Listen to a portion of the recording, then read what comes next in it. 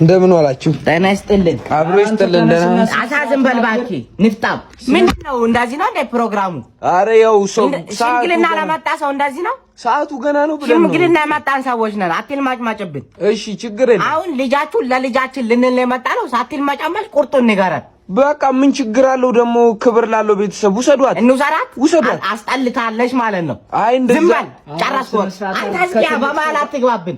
ይኸውልህ የልጁ ጎረቤት ነኝ እኔ። አዎ እሱን ለማዳም እሽቁጥቁጥ እየተንከባለልኩ ልድረው ተዘጋጅቻለሁ። እና ከተማ መሀል 8 ፎቅ አስፋልት ላይ የትዬ ለለ የሚባል አነዳድ ነው የሚነዳው። ምን አትልም እንዴ? ምን ላምበርጊኒ እየነዳ ያለ ሰው ነው እንግዲህ ቤት የማጣው። የኔ ጌታ ጎረቤት ነው። እንደዚህ ያለባሳኝን ሰው ተከራክሬ ነው የምድርለት። በቃ እሺ ዝም በል እስኪ። እሺ ልጅቷ እንዴት ነው? ፍቃደኛ ነች? ፍቃደኛ ነች ልጅቷ። ግን ያው እንደ ቤተሰብ መጠየቅ ያለብን ጥያቄ ምንድነው የምትጠይቀው? ጠይቀኝ እስኪ። ያው ሀብቱ እንኳን የሚታይ ነገር ነው። ልጅ ቆጥራ አለው። እንዴት ነው? ጤና አለው? አንተ ጤና ኖረው አልኖረው ምንም እኮ አይመለከትም። ካንተ ጋር አይኖርም። ዝም በል እስኪ። መጀመሪያ የልጅቷ ፎሮፎር ጠፍቷል ወይ?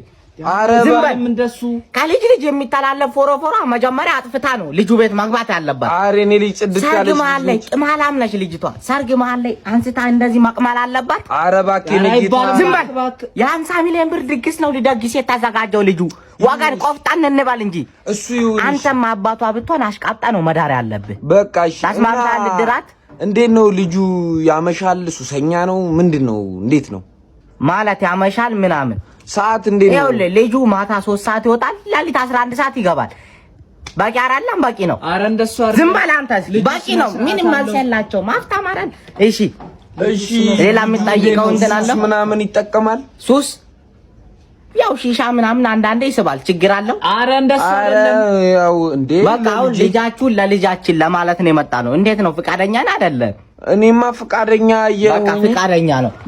እናመሰግናለን። ፕሮግራም ባይዘጋጅልን ጥያቄ እኮ ያልጨረስኩ ለማስተንግዷችሁ በጣም እናመሰግናለን። ይሄን ደግሞ ለብሩኬ መንገር አለብኝ ምንም ፕሮግራም እንዳልተዘጋጀ